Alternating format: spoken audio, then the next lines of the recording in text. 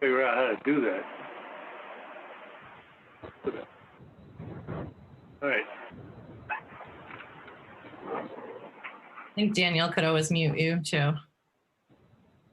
Oh, he does. He does. There we go. All right. So we'll get started. Welcome, everyone. This is Kristen Vincent, Chair of the Westborough School Committee. Today is Wednesday, December 2nd, 2020. I call the meeting of the Westborough School Committee to order.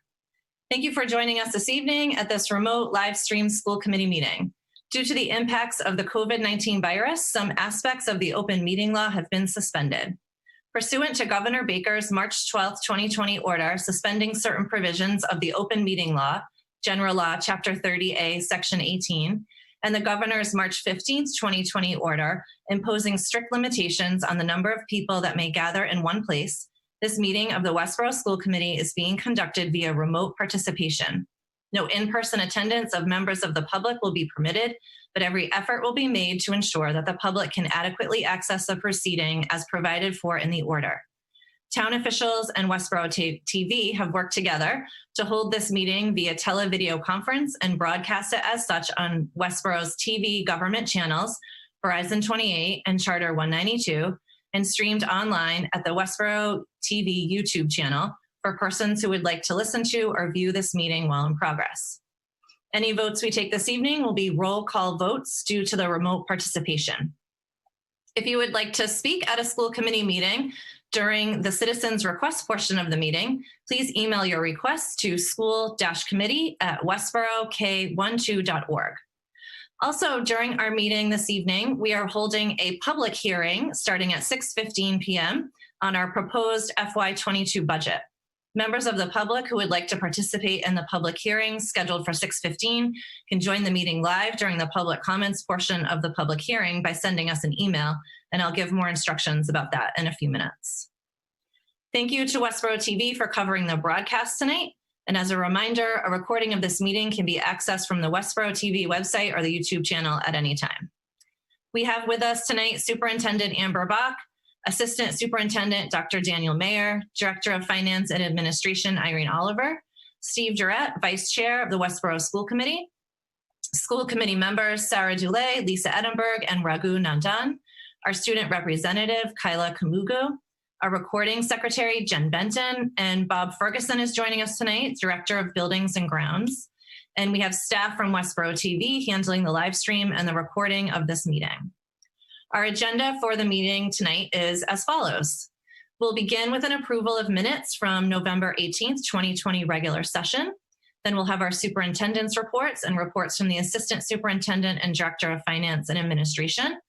At 6:15, we'll move into our public hearing about the proposed FY22 budget for the school district. Then we will move out of the public hearing and continue with our meeting, having school committee member reports and building project updates and citizens requests, which as I know of right now, we don't have any. We'll move into our COVID-19 impact update, which will include a data dashboard review, a transition plan update, and a snow day memo because it is that time of year.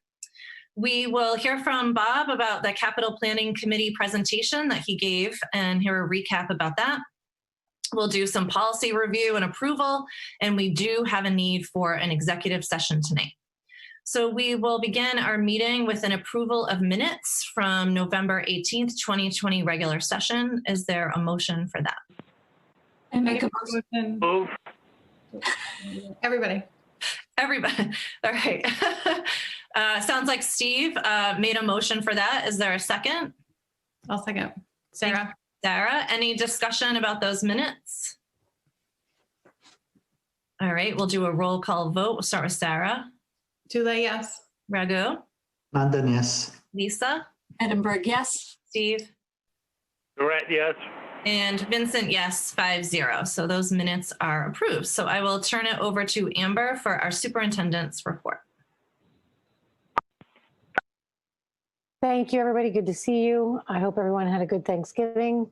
I know that a lot of families and a lot of faculty really did small down their gatherings, draw close to home, and find festive kind of family time together.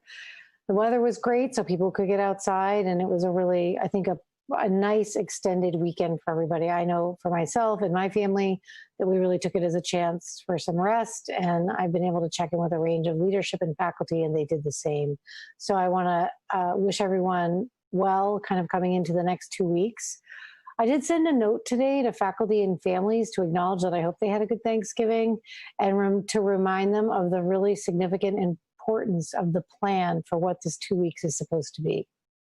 Drawing home for 2 weeks of remote learning was done for the purpose of providing space for families and faculty to see family, to travel if needed, to welcome home college students, and then to take these 2 weeks to distance and quarantine and to stay close to home so that they know they could return safely without illness to the hybrid setting and to their work settings in 2 weeks. So I think the importance of emphasizing this as we all work together to maintain health and safety is important. And I think the more we can all reiterate that to our friends and families, I'd appreciate it. So I hope these next 2 weeks, we're in day 3 of the 2 weeks of remote. It was a serious consideration as to why we did that. We didn't take it lightly. We know that it pushed home students in the hybrid model who were working in person in ways that they found productive. And so being that we're in day 3, we're gathering together in leadership tomorrow with the leadership team and getting a report on checking in on implementation. And over these next 2 weeks, and then in the 2 weeks following the winter break, we'll continue to make adjustments, which is how this model is designed, to continue to respond to how students and faculty are managing the model in its current configuration. So that's my report for tonight. Thank you, Amber. That's an important message for our community. Daniel, do you have anything to share now? I would just add to, I've checked in as Amber has. I mean, we'll meet with the whole leadership team tomorrow, but I have been around to a couple of the schools and talked to the principals and some of our teachers and department heads just to check in on how things are going with the full remote. And it does feel different not having kids in our schools, but everybody is very much game on, and the transition to full remote for the whole school system seems to be working well. We'll know more about it tomorrow, but I'm just optimistic from what I've heard. That's all. Good, thanks. Irene, do you have anything to share tonight? Not tonight. Okay, great. And Kyla, I'm going to have you go ahead and give your report now, because I know that you need to jump off after you're finished with that. So why don't you go ahead before our public hearing?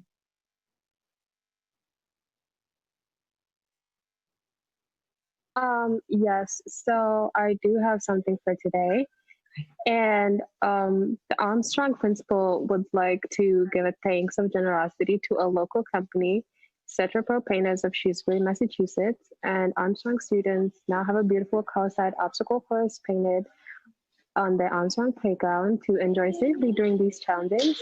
Raymond Velez, the co-owner of Cetra Painters, donated his company services to paint an obstacle course for Armstrong students to enjoy, which is really amazing. And furthermore, Raymond was also able to secure a donation of paint to complete this project from Now Paint Center. And with the high school, there has been a petition going on for changing the schedule, but with information, I am pretty sure the students would understand that the government does require us to have a full day of school. And other than that, the schools are really doing well, and everyone is adjusting well to the new systems. Thank you, Kyla. And I think there was an article in the Community Advocate about the playground at Armstrong, and there's a few photos you can see. It's been painted on the playground, and kids can follow it and do different activities and stuff. So that was a really great project and donation there. So thanks for highlighting that. I will have to take an early leave, but it was nice to see y'all today. No problem. Thank you for your report. Have a lovely evening, all of you. Thanks, you too. Take care. Yeah, I know a few people I saw that circulating around the article about the Armstrong playground. So that was really, really great. So we have a few minutes before we need to jump into our public hearing, so we could continue with a few other school committee member reports. I'm going to jump over to Sarah. She might have saw lots of turkey trotters trotting around on the free range turkey trot, which looked like a great success. Yes, it was. Thank you. Yeah, we had over 650 people sign up ultimately. People were out trotting. The weather helped. It was super nice out. If you have any pictures, put them on Facebook or email them in, because that is definitely unfortunate. This year we don't have as many pictures of everyone gathered and all that. So if you want to send your pictures in, we're definitely accepting pictures for the website and for the Facebook page. And I just want to thank all the runners, the sponsors, everyone who donated. Again, we had another great turnout. So thank you to everyone. And one of our sponsors I want to highlight, I think I do every meeting this year, is the Civic Club down at the Tree Lot at Hastings. They sponsor the Turkey Trot and many, many other programs and nonprofits in the community. And so go down there and buy your trees, wreaths, roping, holiday greenery. They are open daily through Christmas, I believe. So support them, and because they support our community. So, and I think that's my only update for this evening. I also noticed that we're not quite on television yet. I know I think Aiden was going to check on that. We are on YouTube right now, but if you're looking for us for the public hearing, I don't know if this is going to help because you're not on TV, but we are on, if you go to the Westborough, if you're looking for us, go to Westborough TV website and then click on the YouTube for now, because the channel 28 doesn't seem to be on yet. Might add that Christmas tree lot is very well lit. Yeah, yep. Great addition. Thanks to Amber and her efforts. That's right. That was a great addition to the lot. I know the gentleman down there really appreciated the shoppers and the workers. So thank you. That's a great setup over there. And also want to thank everyone who, when they came to pick up their t-shirts, dropped off donations for the food pantry. So I saw there was quite a number of bags of donations to the food pantry. So we appreciate that as well. So that was really great. Raghu, do you have anything to share tonight? No, I don't. Thanks. Okay, thanks. Okay, Lisa, anything? Just a shout out to the teachers. You know, they continue to amaze and do incredible things during this very challenging time, and kudos to all of them. It's really incredible. So I'm very, very grateful. I think we as a community are. And then thank you to Aiden for Westborough TV. I hope we get to be on TV today for viewers, but to continue to be on YouTube. If you go to YouTube and you go to Westborough TV, there are you pretty much could binge watch Westborough TV for a day or two or 10, but they're doing an incredible job. Thanks. And there was a great Thanksgiving video that they put together with Youth and Family Services and the Spirit Committee. And that was playing all Thanksgiving break. And it was really nice to see community members giving greetings and just seeing pictures of our community members there. That was really nice. A nice addition to the lineup on Westborough TV. I do agree that there's so many offerings there. Okay, so looks like it's almost 6:15, so we can get ready to move into our public hearing. And the idea of the public hearing is that we do this annually to allow members of the public to join in and make comments on our proposed budget. And so I need a motion to enter the public hearing on the proposed FY22 budget. I'll make a motion to enter the public hearing on the proposed FY22 budget. Is there a second? Second. Thank you, Steve. We'll do a roll call vote to enter the public hearing. We'll start with Sarah. Tulay, yes. Raghu. London, yes. Lisa. Edinburgh, yes. Steve. Durrett, yes. And Vincent, yes, 5-0. We are now in a public hearing. And so we will begin this with a budget overview by our superintendent. She has a slide presentation to share with us. And then we can call on any members of the public that wish to speak about our proposed budget. And then I'll take any comments from committee members from the school committee. So if members of our community wish to comment during this public hearing about the school budget, please send an email now or shortly in the next 30 minutes or so to school-committee@westboroughk12.org. Provide your name and street address and state your request to participate in the public hearing. And I have, it's like a phone bank is standing by. Like we have operators standing by to send you the link to join our meeting. Or you can email and state in an email that you're providing a comment to be read aloud during the public hearing. And we can read aloud your public comment during the portion of the public hearing. So again, that's school-committee@westboroughk12.org if you would like to comment on our proposed FY22 budget. So I will turn it over to Amber to give us an updated presentation. This is our third budget presentation that we've had, and each presentation provides more updates and information and narrows us down to what we'll actually present at town meeting. So thank you, and welcome to anybody who's listening, I hope via TV or on YouTube, to our budget presentation, where you come forward to the place where it's superintendent's final recommendations. I certainly want to remind everyone that the purpose of the public hearing is you get an opportunity to hear where we are with budget development. And then from there, it gives school committee 2 weeks to reflect and to ask additional questions before taking their final votes. And also, we will attend a rescheduled AFC meeting where FinCom will have an opportunity to interact with us around the current budget proposal that I've given you. So if we go to the next slide. I'll wait for Daniel to advance it. Okay. I feel like we should have taken the delay out of the slides. All right. So tonight, what I'm going to be working on doing with you is I'm going to give you a quick timeline review, because again, people tune into the budget process at different times. So I will reiterate highlights and then also bring you forward to where we are now. I'm going to talk about the goals that guide our budgeting. I'm going to review the FY22 budget impacts that really shaped the design and final recommendations I'll make tonight. And then I'll actually give you the final recommendations that I'd like you to consider over the next 2 weeks.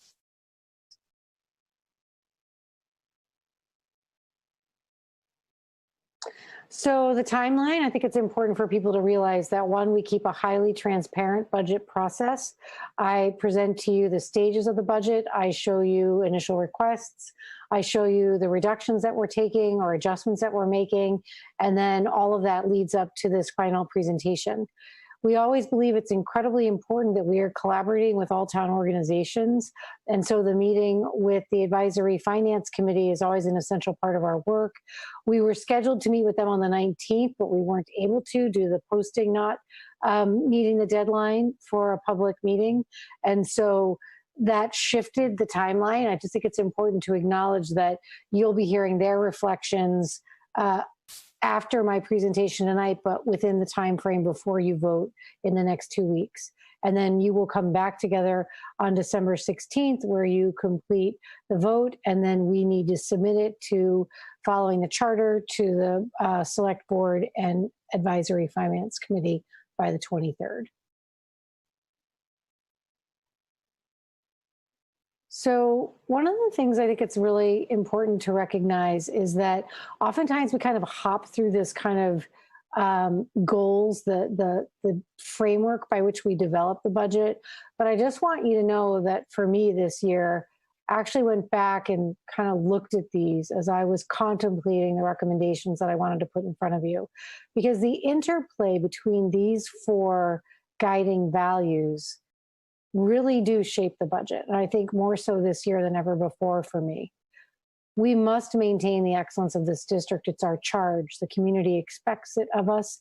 It feeds the financial well-being of this community when our district is strong and our performance remains solid. it's essential that we also respect the relationships that we share with families, the faculty, and community members as we all live together within the tax framework and the expectations for letting all parts of our community thrive. And when you look at managing costs and impacts, it remains continually important to spread out impact against the management of excellence and to make sure that we're always looking for mitigating factors and creative and strategic ways to manage our budgeting opportunities. And I think really then for me, what led to the recommendations you'll see from me tonight was really trying to be strategic and forward thinking over several budget cycles to recognize that the recommendation I'll make tonight will require things of us over the next several budgets.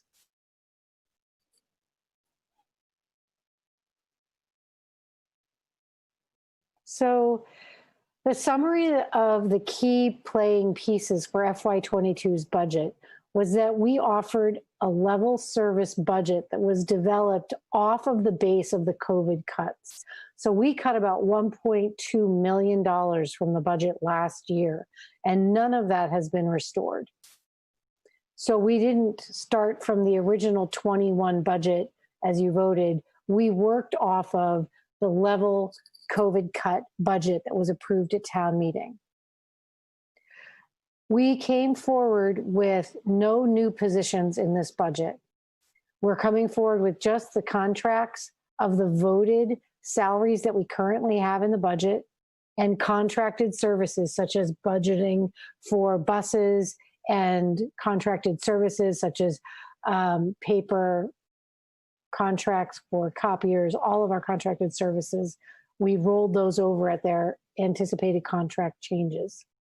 Technology has taken a huge cut over the last several years, and it remains essential to us maintaining services, and we must rebuild that baseline. And I've maintained the $50,000 improvement to that budget that's been in there since the very beginning. And lastly, one of the other key budget impacts to us was this is the year where we're transitioning from kindergarten with tuition-free kindergarten and full-time kindergarten for all. And that has a budget impact of those kindergarten salary positions rolling into the budget. So from there, I just want to remind you where we were after our last budget presentation. You got an opportunity to see what that level service of just contracts only was doing to the different operational cost centers. And you could see in that we had no increases at any of the buildings, and that the special education budget had only the gap in circuit breaker funding and tuition increases, which was that $101,000. And you saw everything else zeroed out other than the $50,000 for technology. And you see the $52,000, which was the transportation increase, and then a reduction in facilities. So the operational costs of about $190,000 that we're drawing from contract requirements and the $50,000 of the technology money. From there as well, you know, just another way to understand that was to recognize that there was about $857,000 of impact that had to happen in this budget, even in a level funded budget this year. The gap in the circuit breaker funding and the $706,000 of the 8 FTE of kindergarten salaries that's coming off of tuitions into the budget next year. And the technology increase to restore some of the over $150,000 that have been cut from technology into the budget over the next several years. So we were looking at about $857,000 that was part of anticipated costs.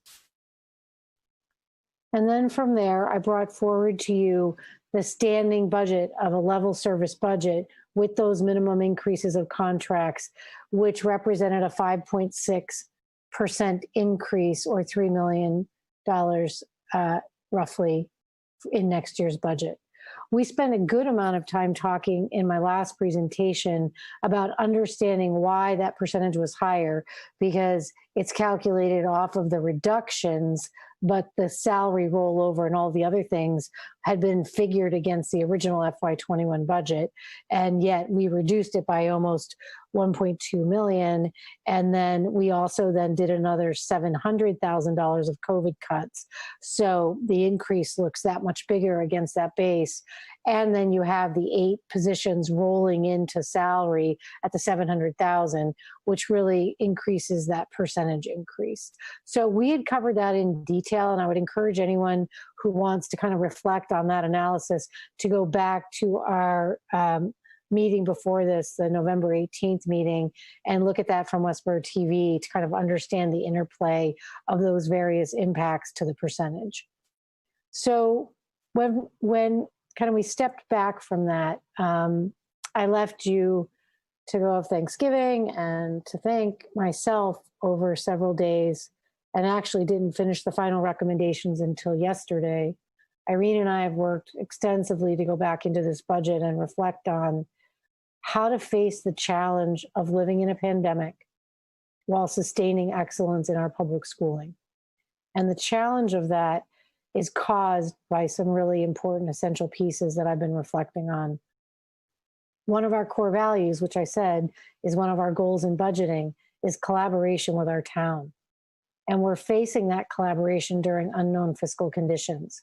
We don't know what the impact to tax revenue will be, and we don't know some of the other things that we might face financially. So we are anticipating a loss of tax revenue, yet unknown what that impact will be.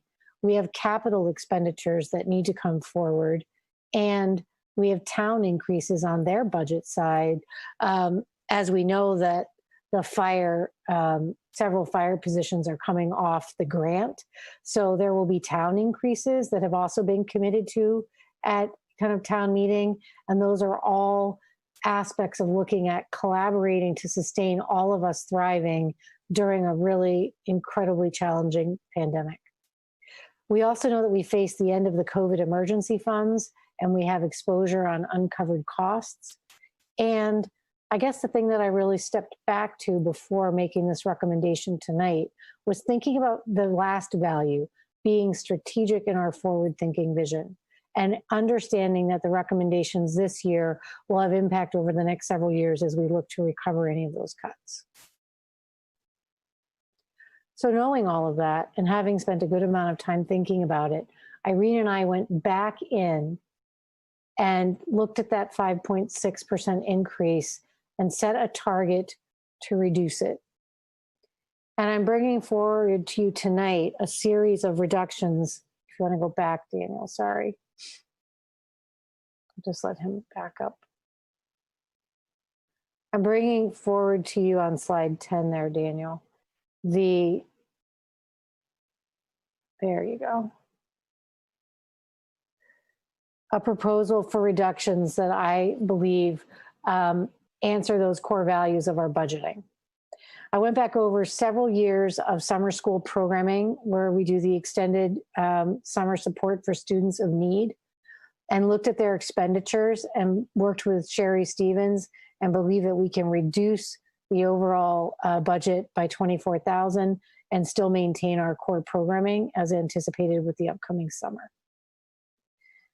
I also went back in, and at the time that we had looked at the K revolving account and we applied the 5 positions to remain in that account and the 8 positions to move into budget this year for FY22, we had retained $126,442 for unanticipated costs in kindergarten when we did that initial calculation. Our target goal was to bring as many positions over into budget as possible, anticipating the Chapter 70 increase, and the town anticipating that they would see these positions come into the budget. So we decided that we would push one more position off of the salary line item and completely expend the K tuition account and use that $126,442 for the upcoming FY22 year, effectively closing that revolving account to zero. I also went back in and looked at those contracted services of trash and phones and electricity. The way that Irene budgets those annually is to calculate the anticipated increase and to raise those by the necessary amount. as understanding of the contract. So trash and phones was brought up, I think 2% or 2.5%. Electricity was raised by 2% in anticipation of increases. We went back and we level service funded those and will not carry any increases into FY22, thus reducing at $34,130 trash and phones to level service them, and electricity at $14,670. I then went in and looked at the addition that we've worked hard fought to bring into the budget over the last several years of a furniture line item of $30,000. And annually, we did not have a cycle that was anticipated for repair and repurchasing of and retiring of furniture that needed to be exchanged for new. And so we had added 30,000 and we were rotating that through the buildings to annually get new desks, chairs, tables, all the types of things that it takes to keep the facilities updated. Given the kind of fiscal crisis that I feel we're in, I'm going to reduce that for 1 year by 20,000 and just carry 10,000 for emergency purchases of furniture into next year. And then from there, we reduced facilities, the overall account and facilities across the schools by 30,758. So we'll extend some projects, we'll limit some of our purchasing and maintain that cut for 1 year. And then lastly, we have a revolving account that was originally a school choice account from several superintendents ago when funds had been acquired related to school choice. And we do not participate in school choice. And so over the years, that account has continued to draw down against student expenditures for which the account's allowable. And it currently has 150,000 remaining in it. So I am recommending, in working with Irene, that we zero out that account and utilize the 150 to bring forward a $400,000 reduction to the 5.6% that I showed you in our last meeting. Next slide, Daniel. So you can see those reductions in an updated operation of the level service. You see that I applied, working with Irene, the reduction of the 150 from that revolving account against the 101,000 of special education and against the contracted service of the transportation to bring it down to the 3,000 there. So we have funds to cover those increases utilizing that revolving account. And then she applied the remainder of it against the facilities and some other reductions, bringing what was originally about 190,000 down to a reduction of negative 18,000. From there, you see that the impact of that reduction allows me to come forward with you tonight on slide 12, Daniel. Next slide. For superintendent's recommended budget, that is now a 4.94% increase for the FY22 budget that we should bring forward to town meeting. I've spent a tremendous amount of time looking at this, and I want to talk a little further about that so that you have confidence in me that the recommendation that I'm putting for you is thoughtful and protects the expectation of excellence and delivery of service while meeting the needs of the other goals of serving our community. So if you look at the next slide, you see that play out in the cost centers on slide 13. You can study that at your leisure. It's not something I'm going to go through now. It just shows you the rollover to those cost centers, which will end up in the budget book. And then from there on slide 14, I just want to take a second and reflect a little bit. So any type of budgeting as we've faced over the last 2 years, last year and into this year, will have a recovery and impact phase that I think we all need to think about. The reductions that we've taken over the last 2 years were necessary, and I have confidence that you, in bringing forward the budgets that you have then approved, was very sound decision making. Those reductions will need to be recovered over time. Some of them are cuts that we don't have to make back, you know, like the bus reduction cut where we actually went back in and reduced the K bus and the mileage allotment. Those aren't funds that we need to build back into budgeting. But of the cuts that we've suffered over the last 2 years, and now the 400,000 that I'm recommending in this year's budget, there needs to be a recovery time over the next several years. So just to indicate, and you can go back into the slides, actually put them into the after the questions section. I carried those slides forward from the last presentation. You can refer to them if you'd like, or I can show them if we have questions. There was the bus contract mitigation cut. Then we came back in and did the 700,000 in the COVID cuts. And then in this year, the 400,000 that I've just shown you. So over the next several cycles of budgeting, I'm imagining 2 years. In the majority of that budget cycle, we would need to be clear with the town that you're not going to see a 2% next year, that they need to anticipate that 4% budgets over the next 2 years are what we will see to bring forward, or at least into that target zone, with our continued good faith effort to always bring it in as low as possible. But we've really sustained significant reductions over the last 2 years while coming into a really large contract agreement with the teachers union and the bus contract at the same time. So, you know that. I think it just merits that I state it out loud, that I have confidence in the budget that I'm presenting to you, given the incredible times we're facing with unknowns financially at the town level in terms of tax revenue.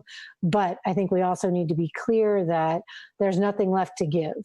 And that over the next 2 years, the recovery of some of that base funding is going to be necessary.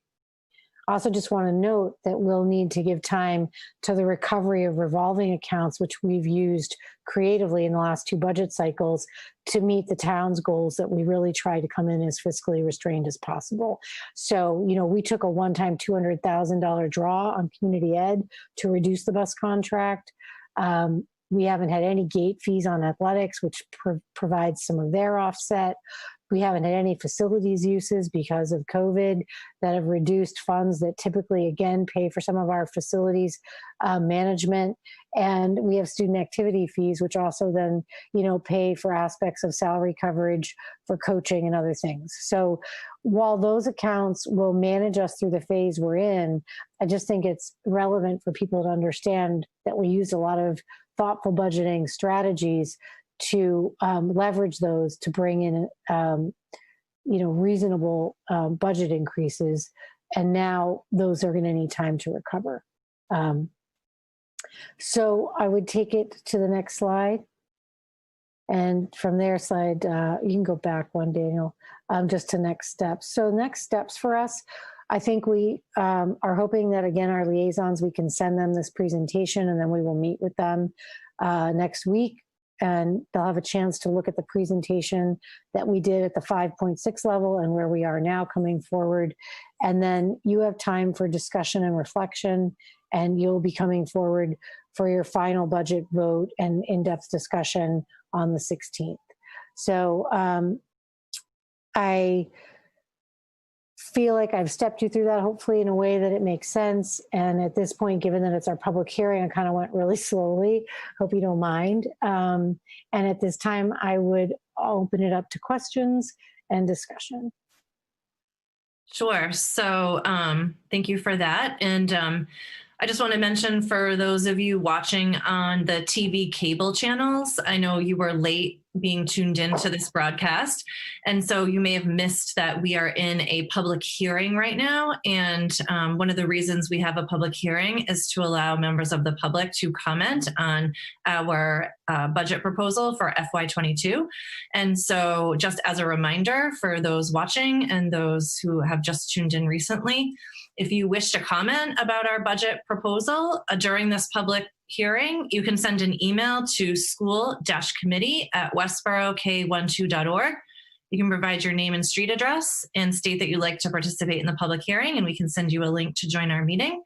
Or you're more than welcome to email us any comments that we can read aloud during this public hearing for you. So we have our email lines are open if you want to shoot us an email. And otherwise, I don't see any at this point. So I think I will open it up to comments from committee members, and we can loop in any community members if we receive any emails. So if there are any committee members that have questions or comments that they would like to make, I'll open it up to them right now. Raghu, why don't you go ahead? Yeah, I had one question. So we are not replacing the staff cuts that we had for past 2 years. So that's understandable, but is there any plans in future years to bring that back to the table? The staff that we eliminated? Yes.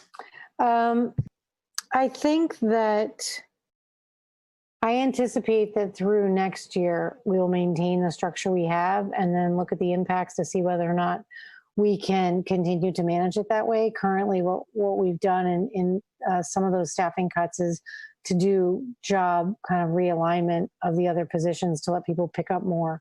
So the sustainability of that will continue to be a discussion. I know that through after next year, I think, Raghu, that it will be something we'll have to look at. Okay, thanks. Other questions or comments? Lisa? I have a question about the kindergarten FTE that goes to the tuition account. The 126,442 that you mentioned in part of the 400,000 reduction. Mm-hmm. My question is, so my understanding is that we still have 5 in the revolving account. Is that correct? And that 8 came off for this FY22 budget, and that those 8 are now in the salary bucket. Mm-hmm.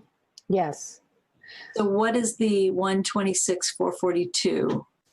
So what we did when we went in, so in the kindergarten revolving account, the original split we did on the first pass of budgeting was to leave 5 on the account in the tuition revolving that would then end at the end of FY23. Those 5 would come in for FY23. And it let us spread out the impact of rolling those salaries in.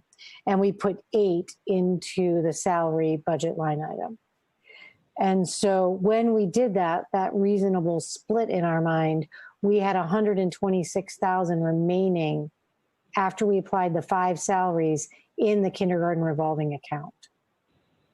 The kindergarten revolving account is available for a range of costs related to kindergarten service, paras, materials, so when Irene designed the layout, she held 126,000, anticipating that we might need it for other expenditures. So in squeezing where we are, I went back in and reshifted the allocation. So there's 7 in the line item allocation of this year's FY22 planned budget, and then 6 will come on in FY23. So spreading out the salary roll in. So we put 1 back in, technically. Yep. Okay. And we put 1 back in and used up the 126. Okay. No, that answers that question. I guess my only other question really is about, I recognize that this is a forward-thinking budget, that we're really basically saying that next year we're going to come in, not at a 2 or probably 3, mainly because of contracted services, salaries, and the pieces that have to go back into the budget that have been cut for FY22 and FY21. And I guess I'm questioning whether that is the foresight of strategic thinking, or is it wishful thinking that that's going to be possible in the future without knowing what that looks like in the future? So I guess that's my only interpretation. I think it's certainly a responsible budget. I felt that way before the 400,000 was taken out. And, I'm only questioning whether we're being too conservative without. Yeah, I think it's a great question. So the same reflection cycle that I have been in looking at this with Irene, and Irene disagrees with some of these recommendations because she really budgets to make sure that, we're protected for the unforeseen, and these funds get allocated and used for things, and we need them. But at the same time, it's hard because we also have no idea where the tax, in terms of tax revenue, will come in. And I mean, every year there's the uncertainty of what the next budget cycle will look like. And so certainly the fiscal responsibility we face each year is the budget in front of us. And, you know, I've never experienced budgeting in this way, in the sense where you're anticipating losses on the revenue side at a level at which could impact taxpayers in a way that could feel untenable. And we just don't know. I mean, so if you look at the staged and thoughtful way that we managed fall town meeting as an example, where the town restored things that they had held off on, there's nothing that says that we can't read. We all participate in the active process of a well-leveraged town meeting. And I thought that the town was very astute in coming forward and restoring positions that they had held on, and, you know, moving forward on pieces when they could see that the fiscal health made it available, that they felt they could request that it was responsible. At the time, we didn't have a request we needed to make. But in the fall town meeting, if we find that the revenue impact was different and that the impact of the town, similarly to how the town responded, you know, at the fall town meeting, we could well request a restoration of some program dollars if we needed them. If we felt that the town was fiscally responsible for you as a school committee to propose that. You know, I think the recovery capacity of this recommendation is sound. And if you look at it, for example, I kept the 50,000 in for technology because it's not available that we can cut that. So, you know, I think we've tried to be targeted and strategic. And one more question. It's about the summer programming. It just dawned on me that I didn't ask.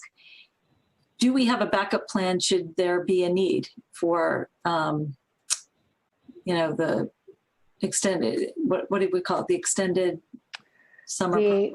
Yeah, it's extended summer. It's extended year programming for students that require additional educational needs, either special education or sometimes recovery of students with ELL service delivery. There is some extended year work we do with other grants through those. So we have some variety of funding sources that we might be able to back into, but I studied that really closely. I have confidence that the annual expenditure will allow for us to reduce that. Sherry said so as well, given even that, you know, they might have more students that they roll into. She'd already calculated that, anticipating she might carry more students in summer programming, given that we have students who have had losses, right? And we want to wait and see where we are. I think she took a conservative approach, and I believe that the reduction on that program this year is a smart reduction of the choices. Okay, I just don't want to see any services cut for that, you know, for that.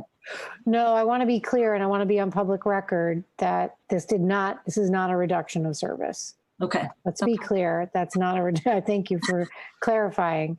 Okay. The director of student services anticipated a full, robust summer programming as they have run, with the anticipated students they think would need to be in there, and room for, you know, a few that we haven't anticipated. And this is a reduction that we can take for the year. Okay. Okay. Thank you. Yep. Great questions.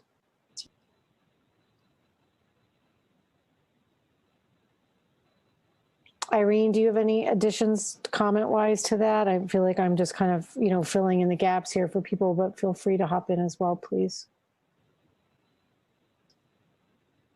I would just I say, guess I'd like to comment that I thank you very much for going back to the boards after we saw the budget increase proposed a couple of meetings ago, to do the considered approach of trying to match the town's ability to pay with the resources that we have and the capabilities that we have within the school budget to try to ameliorate that impact. And yes, I guess to follow up on Lisa's comment about what next year may bring, it's got to be more positive than the background that we've been working with so far. I mean, there is growth, in the tax base. Just look at the Amazon building and the resources that are being invested there, as well as what the inventory within that building will be, which of course was part of the issue of a tax hit some years ago with the loss of Astra and its manufacturing, if you will, personal property within the building. Likewise, the building out on Route 9 is nearly complete, and with an upswing in the economy, we would likely see that building occupied and be fully taxed on the roll. So I think there is a certain amount of optimism for future years, and I think we've done the very best that we can do with the impact of this budget to afford the salaries that were awarded in the last set of negotiations to keep the school system as well prepared to forward in excellence our educational system here, which of course has ramifications around the town in terms of its growth, in terms of the investment in this town, and the investment in people resources who are available here as well.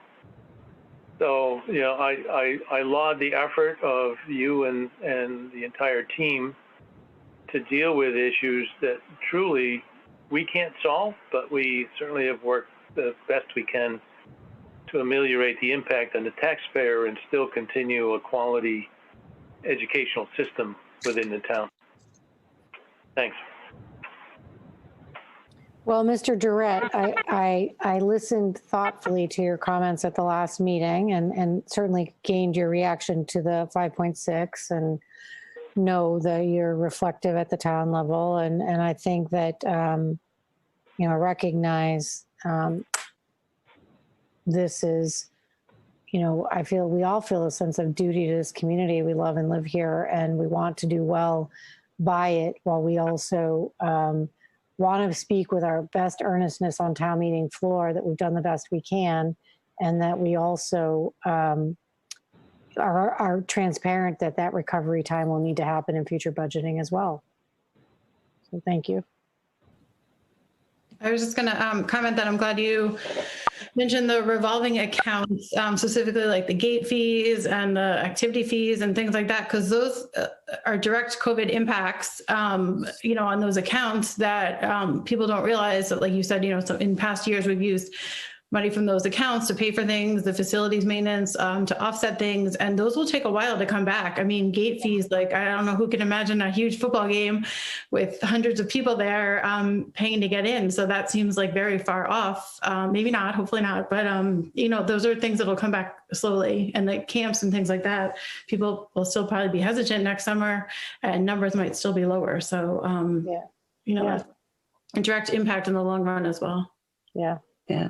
Some of these accounts were like a little bit of a rainy day fund built in there. And now we've, depleted that rainy day fund.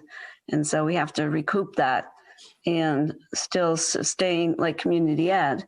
We have to build that back up again. I mean, what we're paying for remote learning is astronomical, but it's depleting the account and forgiving of fees and so forth. But there are other communities that did not have this built into their budgeting. So fortunately we did. So we do have we had a buffer, and now hopefully we can bounce back from it and move the pendulum the other way. But just to be, like I said to Amber, we're going to have to build this up somewhere, down the line here within the next few years, because we can't sustain this. We're tightening our belt up this year, tighter and tighter, but I don't see where we can go anywhere after this point. So just to be cautious and like Amber says, to be on the record. You want to go on record that you disagree, it's fine. Go for it, Irene. I just want to give an honest outlook on where we are, Yep. with the finances. Yeah, we appreciate that. And this whole process, I've been asking Amber, are you sure? Like, how does this impact us? How does it impact, and the fact that it doesn't impact staffing or programming or what we, directly offer to students, there's no impact to that. And so some of it is, let's cross our fingers and hope that certain pieces don't increase too much. And I just want to acknowledge that I know this work is not easy, and just those few slides that Amber has added into this presentation represent hours and hours of work. And I want to thank everyone for putting their heads together to come up with some creative solutions to bring that number down. I think it's important also to reiterate what we've said about forecasting, that we've brought the number down this year, but next year we do anticipate it to be to that 4 to 5% range again, because we have the teacher contract, transportation, like we have some of the same drivers that'll still sit there.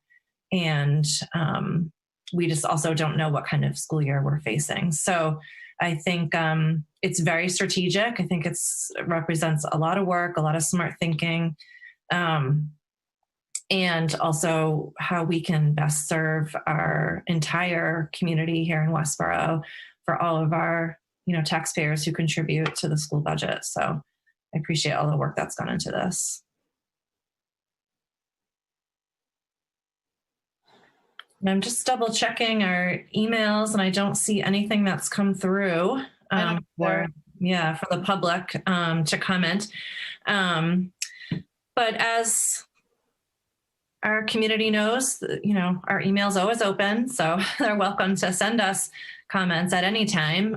But the purpose of having a public hearing is to allow for that to happen in a public forum. But obviously, comments can be sent at any time to us. Any other final thoughts or comments while we're still in a public hearing?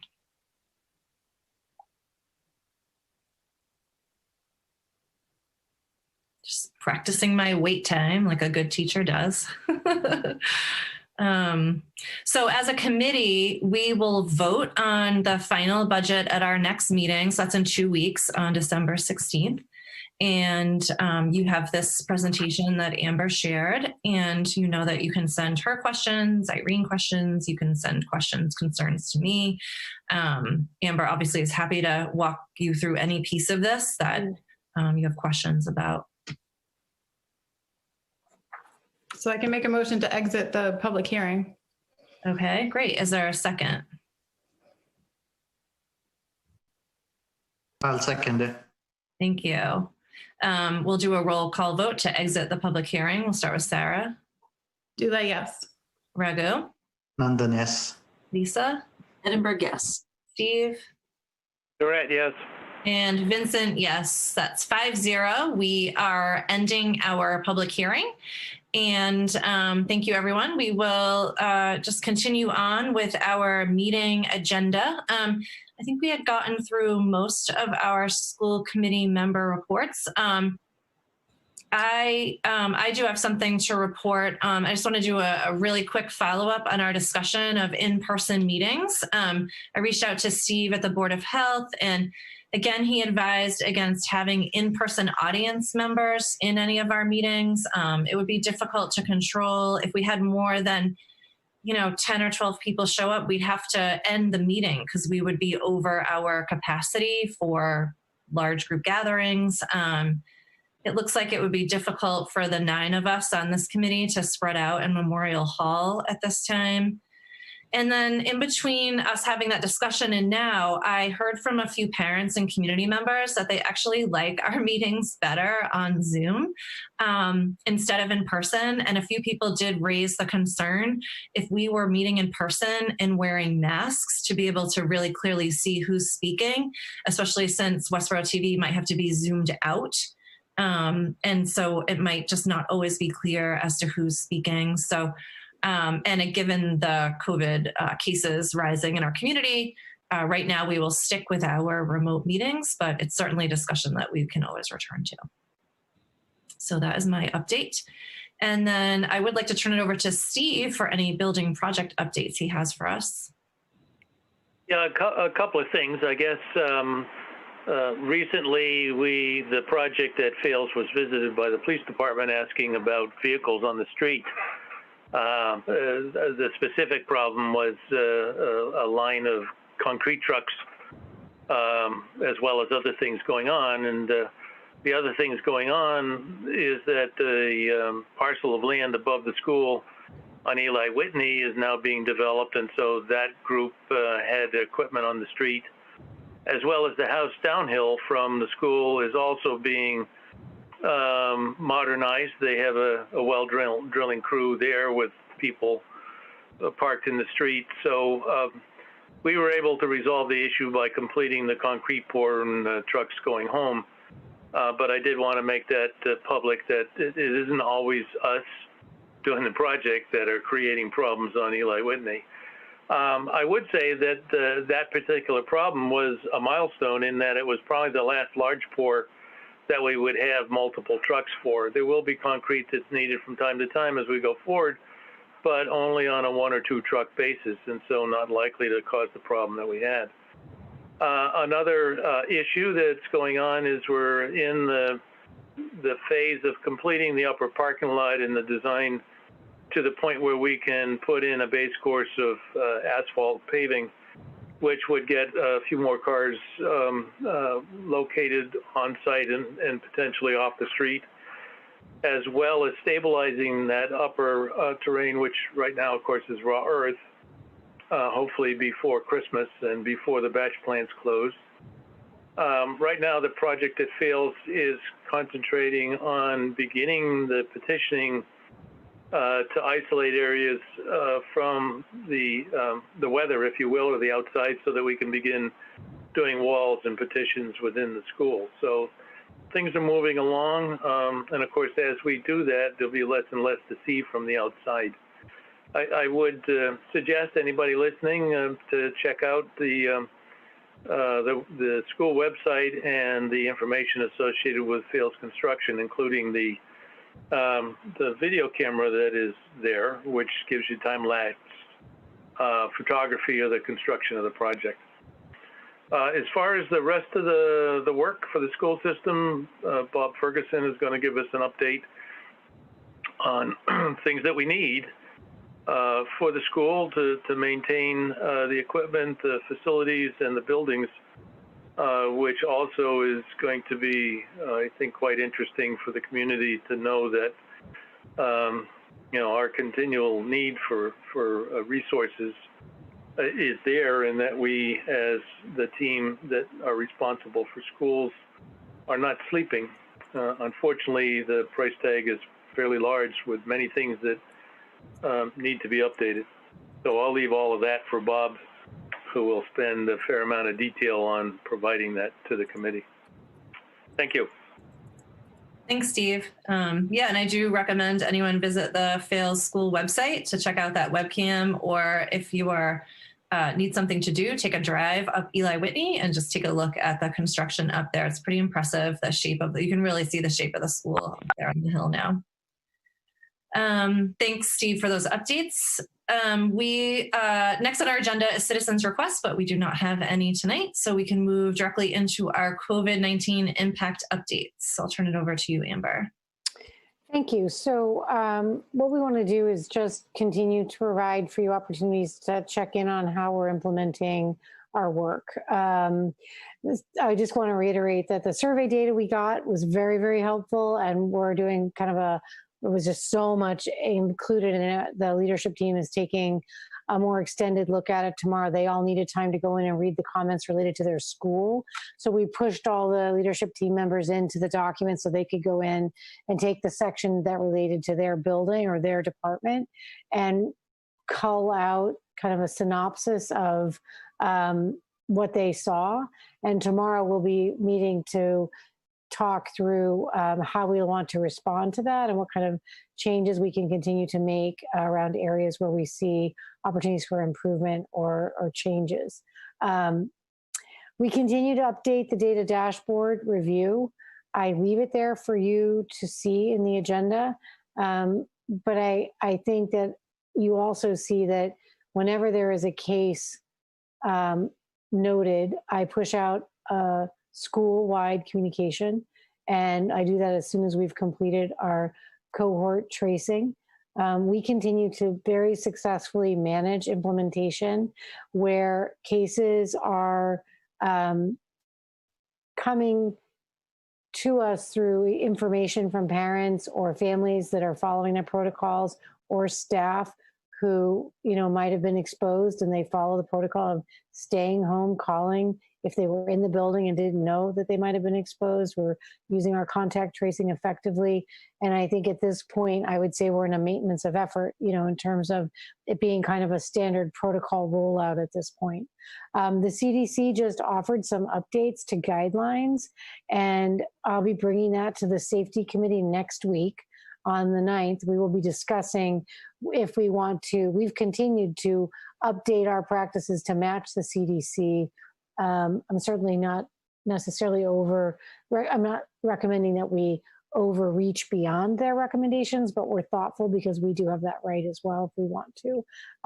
So we'll be making some review of those current updates, and then if amendments happen to the design, we'll send out a notice to everybody. I also then just wanted to note specifically the transition plan update. Daniel and I have been working again with the leadership team to look at the requests that have come in from parents to switch model.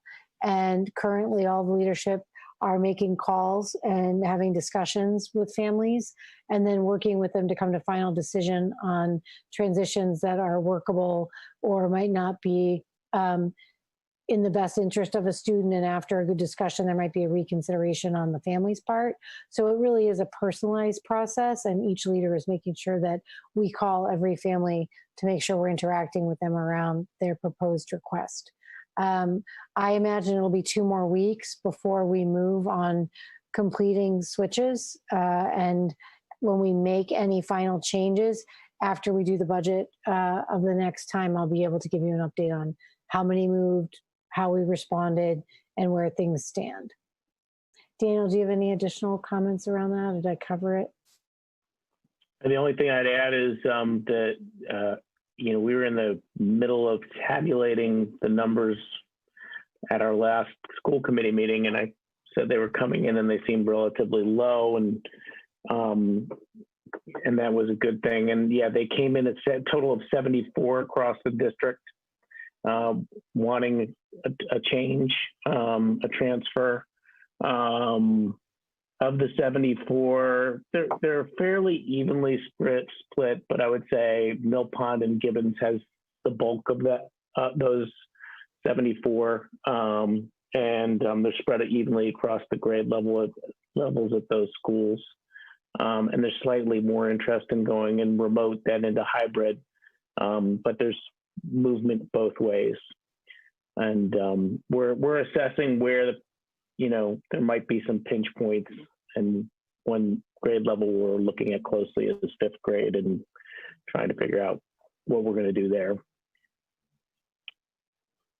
So we'll be able to give you a more concrete kind of final summary as soon as we've made those decisions.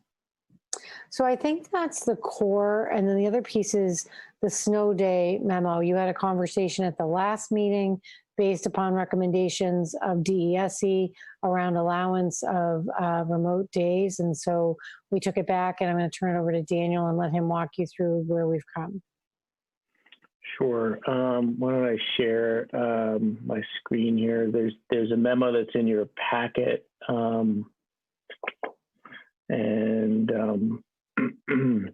Basically we're going to, the memo is a very typical in the first part of it, in terms of this is at the time of year where we're getting ready for the possibility of a snow day. And so we send out to parents just like information about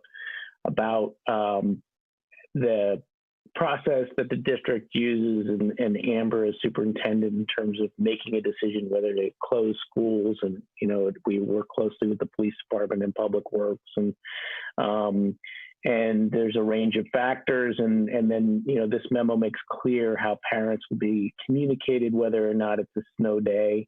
So, that parents will get a phone call that the posted information is posted on particular particular channels. And what happens in the event of a cancellation. And so there's this added feature here of if we decide to go with a remote learning day instead of a snow day, we distinguish between them in the letter. So down at the bottom of the letter, there's some text here that parents will, see the distinction between a no school snow day versus a remote learning day. And on a no school snow day, that is a typical schools are closed. There's no education that is being delivered. Doesn't matter whether you're hybrid or remote. It's a day that we are canceling and that we will make up at the end of the school year. We need to add on a day at the end of the year as the state law requires. But on a remote learning day, it's basically saying the weather is such that it's too dangerous for our students to come into school. The conditions are not, good enough for our buses to drive, but we are going to count it as a school day, and it's going to operate just like we're doing now after Thanksgiving break, and that students will learn from home. All students will stay home. All teaching staff, teachers, paras, and tutors would stay at home. They would instruct the students using the electronic online systems we have in place. And that includes, using Zoom and Google Meet and the other online programs we have. And if we have a remote learning day, then that counts towards the number of days students need to be in school, and we don't need to make it up at the end of the school year. So that is our proposal that I don't know, Amber, whether you were putting this up for a vote or just for information, but that's basically, what it is we talked about and we think makes sense. And we were going to, have a balance between if there's a lot of snow and, kids and adults sometimes need a break, we will give a snow day. But given that we're doing remote learning this year, we don't want to go too far into the summer. And if there's so we will actuate the remote learning days. We will try to tell people the evening before if we know when a storm's coming and what it's going to be looking like. But the call might come in the morning and we would say it's a snow day or it's a remote learning day, and everybody would know what that means. So I am going to pass it back over to you, Amber, and to elaborate on anything there. Yes, actually, and I see that, here we go. So I did request in my notes that we should take a vote on this. I think it's always good to have the clarity that the decision operationally to conduct a day, by choice, where I'm making that selection on a day-to-day basis with the weather. I think it's important that we have your approval for the implementation of those days. So I would seek any discussion and a vote to approve our implementation this year as described by Daniel. Sure, that makes sense. Is there a motion? I'll move the motion to take up for a vote. Great. I'll second. And thank you, Lisa. Second. Any further discussion on the snow memo? There may be questions out there about whether a potential remote learning day would have a delay in it. And I believe my understanding is that it would not. It would be a normal school day starting at whatever time your school starts, no matter which building you're in, that starts at that correct time. Yep. And that you'll be sending out a memo should this pass and vote this week, the end of this week. It's because if people are listening or they hear about it and they say, well, I haven't heard anything about it. I didn't pay attention to them. I wasn't paying attention on Wednesday night to the meeting. They'll say, when are we going to hear about this? And you might say the end of this week, maybe. I imagine it will go out tomorrow. We're going to review it again with leadership. I mean, there's protocol and process that we use when we're making decisions, of course, so it needs to come before you guys. You're going to vote it. We checked the design with the leadership team. You'll confirm with your vote. We'll take it back to them tomorrow. We'll discuss the dissemination process of how to best communicate it. I'll do a Westborough all, and then principals will follow up with individual communications with kind of more building-based details. So we'll iron that out tomorrow, but this memo would go out by end of day tomorrow following your approval. All right. Any other discussion or questions? No, maybe just a suggestion of putting the, just reiterating the start times maybe in the memo, because there seems to always be confusion about what time remote starts or hybrid starts, or if you're in or you're out, or whatever. Like a remote, it would be a remote delayed opening snow day. I mean, can we make it more complicated? So it won't be. Reiterate the start times. Yeah, no, I think that in talking through it with the leadership team, it was clear that they felt that if there's anything we've learned about the year we're in, is that the routine and the consistency of the implementation model for families and for students remains important. So it would run like a normal day. And, you know, typically, you know, the night before, and sometimes, you know, in the early morning, and you get up and run your normal day. So, you know, I think faculty will know that in terms of preparation, that they need to be prepared for the day. And it would be implemented as we're actually in model now, running a scheduled day that meets the expectations of a full day. Any other questions? Discussion? All right, we'll do a roll call vote. We'll start with Sarah. Dula, yes. Rego. Nandan, yes. Lisa. Edinburgh, yes. Steve. Right, yes. And Vincent, yes, 5-0. So we'll approve that snow day memo. And it'll go out to families shortly. Great. Okay, so moving on in our agenda, we're a little ahead, but that's always fine. We're going to move into the Capital Expenditure Planning Committee presentation recap. Amber attended the Capital Expenditure Planning Committee meeting Monday evening, and Bob Ferguson was there and presented the school department's capital expenditure plans for the next school year, and also looking at our long-range 5-year plan. We've shared with you a copy of his slides presentation, and I sent all of you a recording of that meeting that's available on the Westborough TV YouTube channel if anyone's interested. But Bob is here, and I believe Kelly is here also to answer questions. So I'll turn it over to Bob. Thanks very much. I'm going to share my screen so I can go through this for the benefit of those who haven't seen it. So hopefully you'll be seeing my screen momentarily. Hopefully you can see it now. We do. Okay, great. Okay, so I did present this last night to the Capital Planning Committee. So I'll go through it quickly.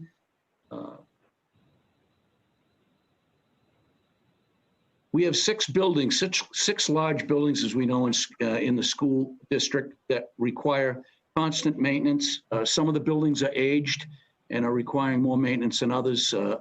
Other facilities have been updated, and of course the failed school is being replaced. But even though it's being replaced, the current facility still needs to be maintained and kept up to speed so that the services are well maintained for the students and staff.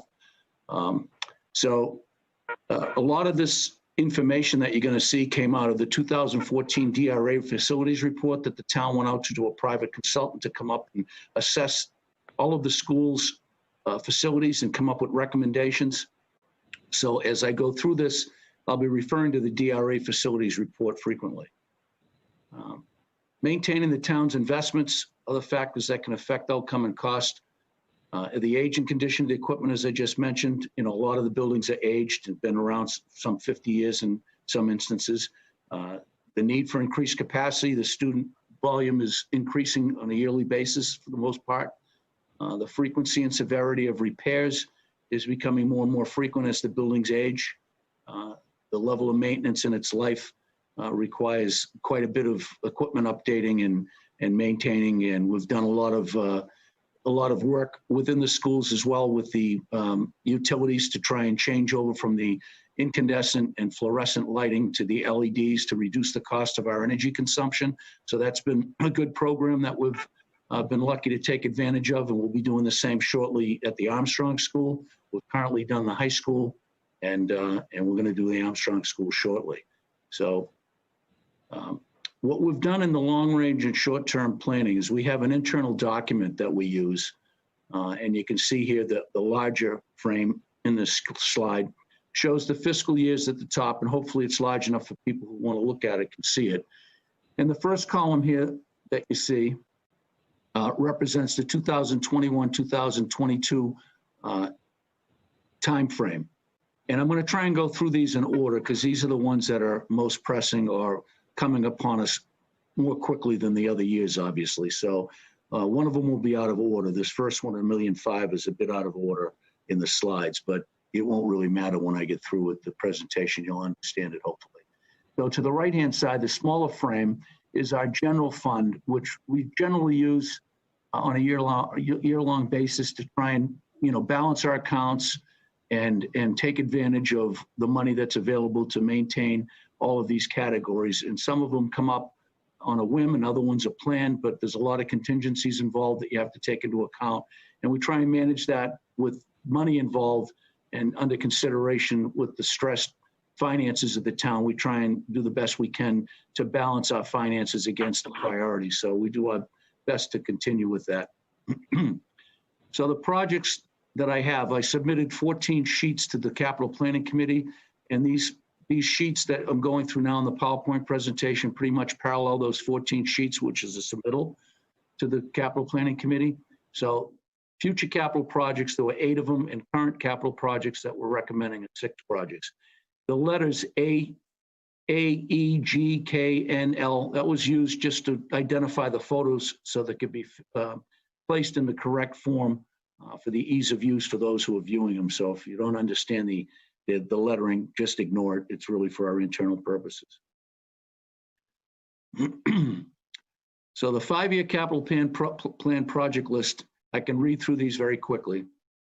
A, Armstrong boilers replacement and HVAC system maintenance contingency fund and design and engineering study, $50,000.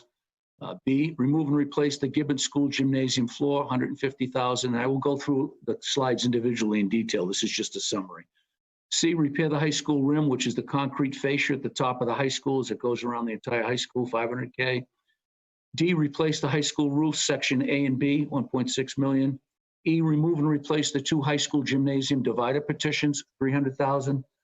F, Armstrong school roof repairs and maintenance, $300,000.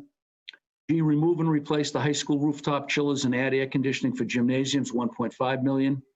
H, Mill Pond parking lot expansion, $300,000. I, school parking lots and curbing maintenance, $80,000 a year times 4 years, $300,000. That should be a 0. J, remove and replace Armstrong freezer and cooler, $40,000. K, Hastings new sprinkler system and design installation, $750,000. High school girls softball facility upgrade, $200,000. Remove and replace Mill Pond chillers and compressors, $500,000. And Mill Pond school drainage repairs and trench drain installation, $50,000. So I'll go through these individually now. The Armstrong school boilers replacement and HVAC systems contingency fund and HVAC design and engineering study. The DRA report that I mentioned earlier provided to the town in 2014, of course, that's aged to the point of 7 years come this year, confirmed that the 2 boilers are getting older and have had numerous repairs in recent years. One boiler was replaced back in 1996. The other was not. Therefore, $25,000 is requested this fiscal year to be set aside for anticipated maintenance and repairs in order to keep the heating systems in working condition. That's a contingency figure, that $25,000. And it was mentioned last night at our Capital Planning Committee meeting that it really wasn't necessary right now for us to appropriate the $25,000 because it's a contingency. We can always go to FinCom. Ian on the Capital Planning Committee had suggested that we didn't need to really allocate that fund now, but if we needed it in an emergency situation, we could go to the FinCom and asked for that $25,000. The other $25,000 requested to engage the services of an HVAC design and engineering firm to conduct a study to evaluate the existing HVAC systems, propose options, and to develop a rough order magnitude estimate for the options they identify in this study. So the total would be $50,000, but right now $25,000 is the appropriation that we'd be looking for. And in order to get away from the rough order magnitude estimates that we really need to deal with, people may or may not know that, prior to going out for public bid, you really need to have funds appropriated by the town in order to legally go out and bid work. Otherwise, people who are bidding the work would be bidding on something that may not materialize and be wasting their resources and their own internal funds to try and bid the work. So the only way you can get a hard number is to develop design and engineering and specifications from a professional engineering firm in the business of developing those drawings and so forth. And they have to be ready for public bid. You put it out for public bid and you receive the bid, and that's how you get a hard number. Other than that, we're working with rough order of magnitude numbers from the vendors and from our best guesses using town engineers and contractors and our own internal knowledge of what's going on at these different schools. So as we go through here, just keep that in mind, that the rough order of magnitude funds that you see here are just what they say, rough order of magnitude. So there's a picture after each one of these sheets. This is just a representative sampling of the photo of the Armstrong boilers. The next one is remove and replace the 2 high school gym divider petitions. There are 2 gymnasium divider petitions, one in the Leduc gym, the other in the competition gym. They've required numerous repairs over the past few years, and both urgently need to be replaced as they present a potential safety concern. The pricing, again, is a rough order magnitude estimate provided by the vendor that has been maintaining the petitions for several years. That vendor is resistant to continuing with its maintenance services for the 2 petitions due to the concerns associated with safety and liability. The rough order of magnitude provided by the vendor was $300,000. I'm going to go to the photograph. And in this area here, these doors get open and closed quite frequently for gym classes, for voting, for testing, or for whatever may be happening inside the gymnasium. So they've had a lot of wear and tear over the years. The problem is that there are metal tracks up on top here that these doors slide upon, and some of the metal pieces have actually come out and fallen, and that's quite a distance. If it hits somebody, it would be a concern. So this is one of the items that I really think urgently should be replaced, is that, for safety, we want to make sure nobody gets hurt. We've maintained them. They're still being maintained, but it's urgently required to be replaced in both gymnasiums. Capital Form G was remove and replace 2 high school rooftop chillers and add air conditioning to the 2 gymnasiums. The rooftop chiller units at the high school will need to be removed and replaced as they are older and beginning to exhibit signs that will eventually lead to failure. I've also been told that the equipment replacement parts are getting harder and harder to find. The pricing is a rough order of magnitude estimate provided by the HVAC vendor. Also, RMF Engineering was engaged and contracted to perform a feasibility study for adding air conditioning to both gymnasiums.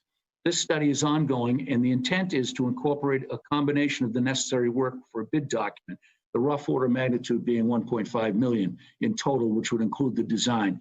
So the idea here is that, a lot of other facilities in surrounding towns and competing towns, we have our kids and students in the gymnasium oftentimes taking SAT exams or whatever, and in stifling conditions that really isn't fair on a competitive level for them to be stuck in a condition like that. The gymnasiums are used, as you know, for town voting and all sorts of other town and community activities. And we're just looking to take advantage of the opportunity to combine the replacement of the high school rooftop chillers and incorporate HVAC air conditioning so that those 2 gymnasiums can be properly ventilated and air conditioned for public use. And this is just a representative sampling of the rooftop units at the high school chillers. The next slide is Capital Form K, which is the the Hastings School Sprinkler and Design System and Installation. The Hastings School needs to upgrade its HVAC system and controls. As you know, we just went through a renovation at the Hastings School and the addition of the pre-K over there. And in order to comply with the building and fire department's codes and regulations, a sprinkler system must be installed first prior to upgrading any HVAC system. This is governed by the codes and regulations. The town previously approved $760,000 for a sprinkler system during the October 21st, 2019 town meeting per Article 9.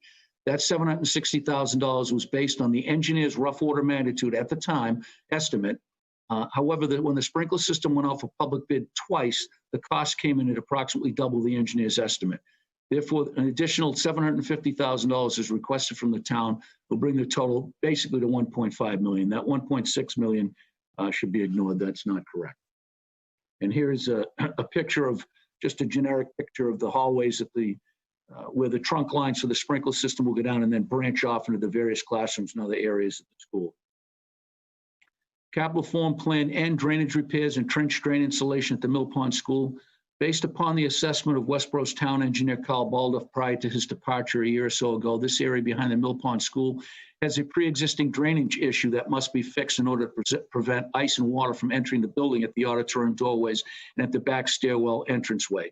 The rough order of magnitude is $50,000. This was built upon by having one of our reputable town vendors and contractors meet us out there with Carl, the engineer, and we've been back there. And if you see this photograph, it appears from the picture that the pitch or the excavation from the building pitches towards us from the top to the bottom. But in reality, it's a deceiving photograph, because as you get up closer to the building, in this area here by the auditorium exit door and the bottom of the exterior stairwell door, it actually pitches back towards the building. At some point in time since the school was built, they had gone and they had installed a trench drain in front of the auditorium exit door, and they dug up the pavement here and they put a dry well in this area here, but they didn't tie it into the retention pond. If anybody's been in behind the Mill Pond School, you'll remember, or you'll know that there's a detention pond back there that's fenced in, that takes the drainage and runoff from the school and puts it into that detention pond so it can seep back into the ground. Well, what was recommended is that we install a trench drain in front of the exit doors at the bottom of the stairwell, where the ice and snow presents a danger and hazard during the wintertime, especially if it's an exit or fire alarm and there's ice that develops there. And we dig up the dry well here and we attach the dry well to the drainage system that empties out into the detention pond. So that's what's been recommended, and that's what really needs to be done. So this is one of the items that we'd like to have funded this year. It's important for safety. Capital Plan Form L, the high school girls softball facility upgrade. In order to comply with Title IX, the women's softball field at the high school needs to be updated with grading, retaining wall, drainage, fencing, and dugouts. The rough order of magnitude cost of $200,000 was developed following several joint meetings at the softball field that included Westborough's athletic director and a reputable town vendor. I want to come to the picture here. This is a representative photo of the women's high school softball facility. Anybody that enters the high school, you'll remember that a year ago this past summer, we did an awful lot of work in front of the high school with the curbs, the sidewalks, replacing the asphalt. It looks great. We did a lot of work the year before that on the fields and the football field and the upfield, and all of that looks marvelous. However, when people come to the town, the first thing they see when they enter the high school premises is this softball field, and it's in rough condition, as you can see. What really needs to take place here is it needs to be replaced. It's costly to hire a professional engineer. We're trying to keep the cost down by engineering it internally with the contractor that we have on board. And in order to do that, we need to maintain, it's going to have to be a retaining wall here next parallel to the roadway. And anything larger than a 3-foot retaining wall requires the stamp of a professional structural engineer. We're trying to avoid that. So we're going to keep the retaining wall under 3 feet, require fencing, dugouts, and re-asphalting this area here. But in fairness, I mean, if you compare the women's softball field and the facility to the boys varsity or the men's varsity baseball field, there's no comparison. So this is really something that should be taken care of and addressed. And that's one of the items that we'd be looking to have funded. Future projects in the 5-year projection. So Bob, I'm gonna have you stop there, because I think we can just focus on the projects that we want to bring forward to this town meeting, and not, go into all of that, because we have your slides anyway, so everyone can have a chance to take a look at that. That's fine. Yep. Okay, and just focus on those main projects bringing forward. And would it be okay with you if we opened it up for any questions or comments? Sure, yeah. The ones that we just went through are the ones that are most important right now. Yep. Yeah, I think so. I agree with that. All right, thank you. Yeah, sure. And I would just like to touch on the women's softball field. I agree with you that that is the first athletic field that anyone would see when they pull into the high school. So even if a team is coming to, participate in soccer or football around the back, they have to drive through that front entrance and see the softball field. And it definitely needs a little TLC. It is not up to par with the men's baseball field. And our fields are used not just by Westborough teams, but also other leagues often rent our field spaces and use them for their softball and baseball leagues, and the rec department uses it. So it definitely gets a lot of use. It's definitely a community use there. So the summer campers also use it, Kristen, as well. And, that's right. And just, the picture is a bit deceiving. It looks horrible, but believe it or not, we've had the fencing contractor in there almost every year to make repairs to the fencing. And Yeah. It's just an ongoing issue to try and maintain that because it's in such disrepair. Yeah, I think we've done enough repairs to it, and now it definitely needs an overhaul over there. So I'm happy to see that one being brought forward with that. Other questions or comments people have about the capital projects that we hope to bring forward, Steve? Yeah, I just wanted to comment that, the form that Bob set here using the alphabet list is similar to the way that we do, I think it was Article 6 this year at the town meeting, which basically is a list of projects for the town that ultimately are funded generally from free cash. And so one of the reasons why what's important is, as was discussed earlier, is that Bob made this presentation at the Capital Expenditures Committee, and the outcome of the Capital Expenditures Committee work basically creates that list that goes into the equivalent of Article 6, which means that if a number of these things are funded, with recommendation from the Capital Expenditures Committee, they will be funded from free cash, and therefore won't have an impact on the annual taxes. And I guess I'll just point out, for the general benefit of anybody listening, that approximately 8 million of the 9 million, 10 million that historically has arrived on the cherry sheet, which basically is money that comes back from the state, is money that got there from the state as a result of funds that come from Chapter 70 money. That's reimbursement to the town for school expenses. And so the fact that some of the free cash might be used for these capital projects to repair and replace items within the school system is not illogical. And therefore, the idea that we might use free cash if these are recommended by the Capital Expenditures Committee for them is sort of like the full circle cycle of money that is spent by the town and then reimbursed by the state, goes into the general fund of the town as free cash, and then gets to be used again to repair and replace facilities within the school system. So I just wanted to point out that if our list, or a good portion of it, is recommended by the Capital Expenditure Committee, it's more than likely going to get a recommendation to be funded from free cash. And so I think we have to be very considerate of what the limitations are for the Capital Expenditures Committee and what we ask for and go forward with. And therefore, if it isn't recommended by the Capital Expenditures Committee, it will be a standalone warrant article. And if it is a standalone warrant article, it will then be, subject to how it gets funded, which generally would be raise and appropriate, and that will have an impact on the taxes of the town. So, obviously, as a member of the Capital Expenditures Committee, I'm very interested in the way our new program that's being used this year by the Capital Expenditures Committee to fund, first of all, to evaluate these offers that come from all the committees in the town and departments and see how much money is allocated to pay for them. Historically, Capital Expenditures Committee totals recommended were on the order of $2 million. So that sort of gives you the window of what we're talking about in terms of things that we're asking for in this upcoming fiscal year's town meeting process. Thank you. Thank you, Steve. And it's always a balancing act, right? Because we have like our long range, we look over 5 years, different projects we know are going to come online, things that need to be replaced, updated, changed out, or brought up to code. And so we're always thinking like, if there's a big ticket item, where is that going to fall? What year against other projects in that same year? So thinking about not just school projects, but townwide projects. So we think carefully about what we bring forward. It's based on need, but also based on balancing that financial picture. So it's always kind of a give and take there. Yep.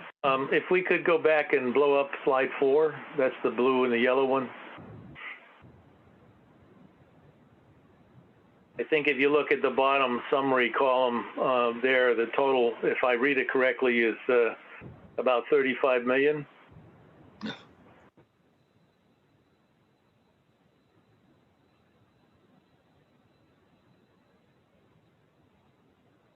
No, it's not anywhere near that. It's 6 million. Oh, it's a dollar sign. Okay, 6 million change. I was trying not to gasp.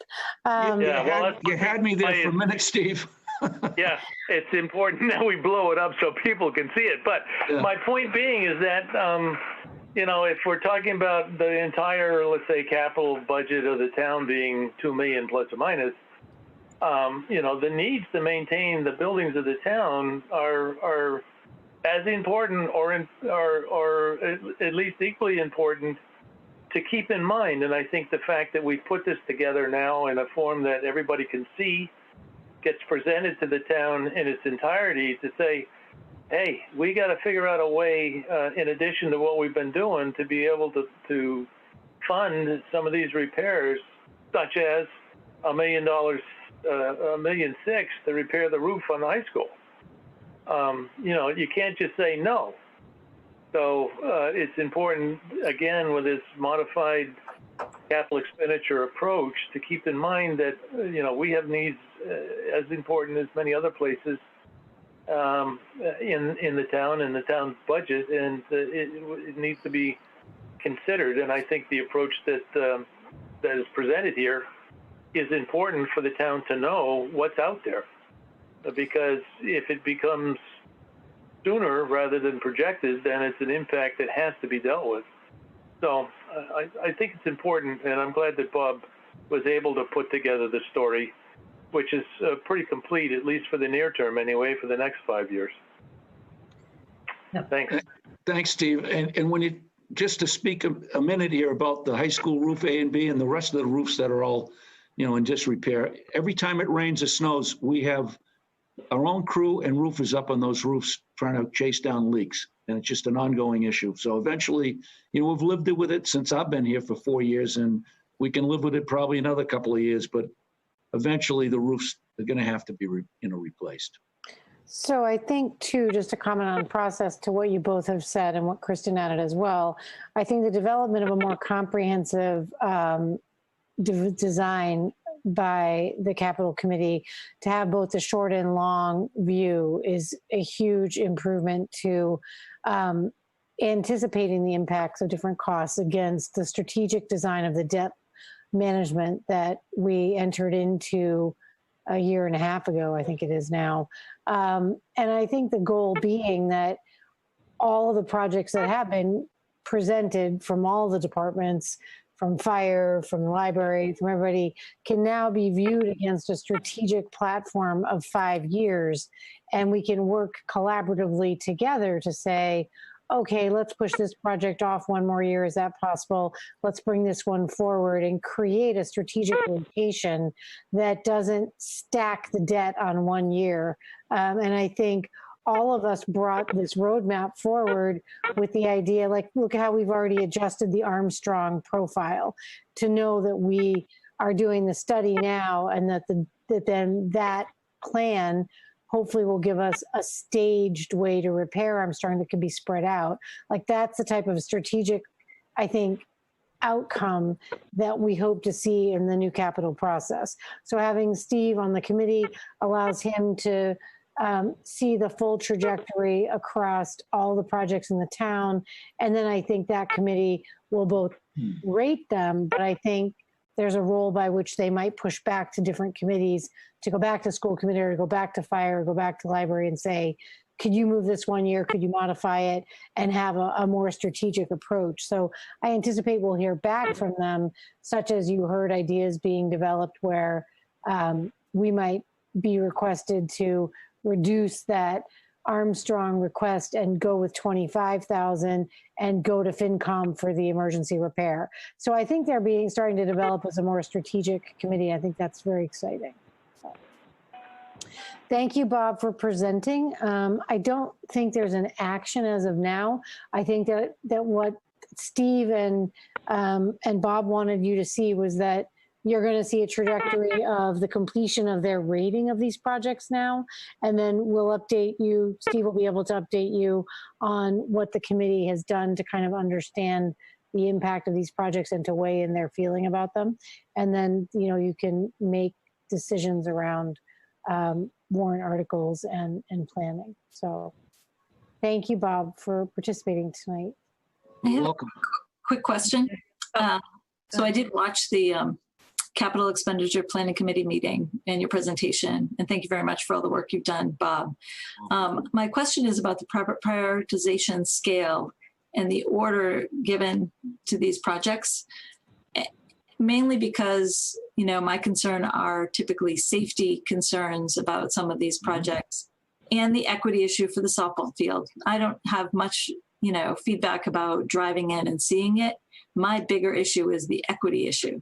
It is so inequitable. If you were to look at those two fields, I've spent time on both of them in the last 3 years, including during COVID, at the baseball field, including, the previous 2 seasons at the softball field. And the inequity between those two is so great. And it's not about driving in and seeing it. It's about the fact that it is just unacceptable for the girls to have been playing on this field in the conditions that it was, when just down the little street, you come to the baseball field and see something really, really different. Perhaps it's so long overdue. But the safety issue. So I guess my question is, how do they go through, and you're on this committee as well, what is that prioritization scale, and what happens should, a project that we deem as a safety issue be needed and not accepted? Well, safety is my primary concern also if I were to prioritize these as I do. And as far as the women's softball field, I've been advocating for that to be replaced for quite some time. So I agree with it 100%. It is terribly unfair that the women have to be subjected to that field. Title IX is there and we should be complying with it. But in any event, the high school gym petition replacement of $300,000, that should be taken care of because that poses a definite safety concern in my mind, and there's a liability associated with that. So I would say that that's probably out of this whole list, that's the top priority. Second to that would be the softball and dugouts, for the girls' softball field. The third one would be, the drainage behind the Mill Pond School. Beyond that, it's not up to me to make the decisions, but those are my personal opinions on, from my perspective, what should be getting the most attention as they prioritize. The committee will prioritize it on their own, but those are the ones that I would prioritize. Okay. And I guess, Lisa, to your point, I'm equally interested to see that the women's softball field gets funded, and would, argue strongly to see that we at least get recognition with the Capital Expenditures Committee of the importance of doing so. And to the extent that we, the school committee, believe that there is a safety issue and it must be dealt with, if it isn't voted and included in the package by the Capital Expenditures Committee, we, the school committee, have an obligation to bring it forward as a warrant article and argue on its behalf. So it's not a done deal, but it's certainly a harder route to follow if it is a warrant article that's specific to the school committee. Thank you. Thank you, Lisa. Thank you, Bob. I think we'll finish up with this piece. I appreciate you coming on to share your presentation, and if people have more questions, you can reach out to Amber or Bob, and we can continue the discussion, and we will hear back from the Capital Committee when they have their recommendations. Okay, thanks very much for your attention. I appreciate it. Have a good night. Thank you. Take care. All right, bye. My apologies, I got booted out of the meeting, so. You didn't miss anything. We carried the ball for you. It appears that the Wi-Fi. You missed the best part. There you go. Well, the Wi-Fi is down here in my office, so that's all right. I'm hooked on my hotspot. I'm glad you're back. I was worried about you. I'm signing off. We'll see you later. All right. Good night. Thank you. Good night. Take care. Thanks, Bob. You're welcome. All right. And I know there's a lot in his presentation, and you all have a copy of that as his slides, so you can take a look at that too. Okay, so we're going to move on to the last thing on our agenda is a policy review and approval. And just as a reminder, as a school committee, one of our main responsibilities is to establish educational goals and policies for the schools in the district that are consistent with the requirements of the law and statewide goals and standards established by the Board of Education. So we regularly review district policies for updates. Sometimes policies need to be eliminated or replaced. And so we use guidance from MASC, that's the Massachusetts Association of School Committees, as well as our legal counsel in developing and updating policies. So we held a policy subcommittee meeting on Friday, November 20th. And this was a rescheduled meeting that was supposed to happen in March, but couldn't because of the COVID shutdown. And so on the policy subcommittee is Steve, Amber's administrative assistant, Andrea Machnick, and myself.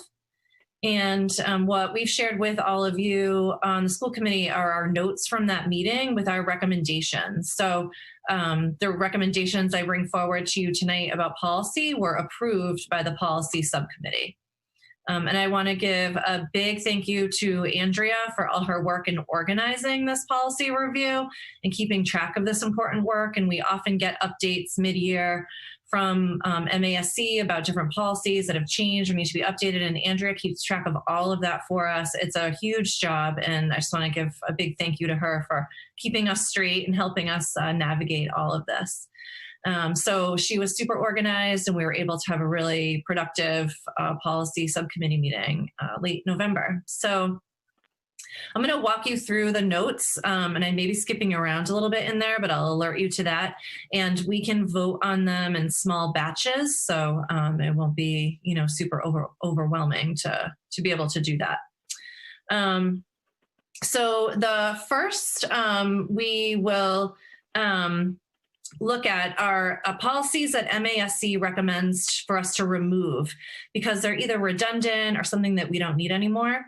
And so there's policy IHA, Basic Instructional Program, which is redundant because it's replaced with a policy that gives much more detail in the types of instructional programs we need to offer as a public school system. There's JDL, the guidance program. Again, it's not necessary because we have other policies that dictate that. And JLA, student insurance program, which now that Massachusetts law requires everyone in Massachusetts to have insurance, we don't need to have a policy, an option for parents to get insurance for their students through the school system. That's kind of like an old school thing. And we don't offer that anymore because of the Massachusetts law. So the subcommittee does recommend removing these policies from our policy bank. Is there a motion to remove these three policies? So move. Thank you. Is there a second? I'll second that motion. Thank you, Sarah. Any discussion about those? All right, we'll do a roll call vote. Sarah? Julia, yes. Lisa? Edinburgh, yes. Raghu? Nandan, yes. Steve? Brett, yes. And Vincent, yes, 5-0. So we'll remove those three policies. The next batch of policies is that MASC has recommended that many policies be updated. And sometimes it's just like a simple word change or making them gender neutral.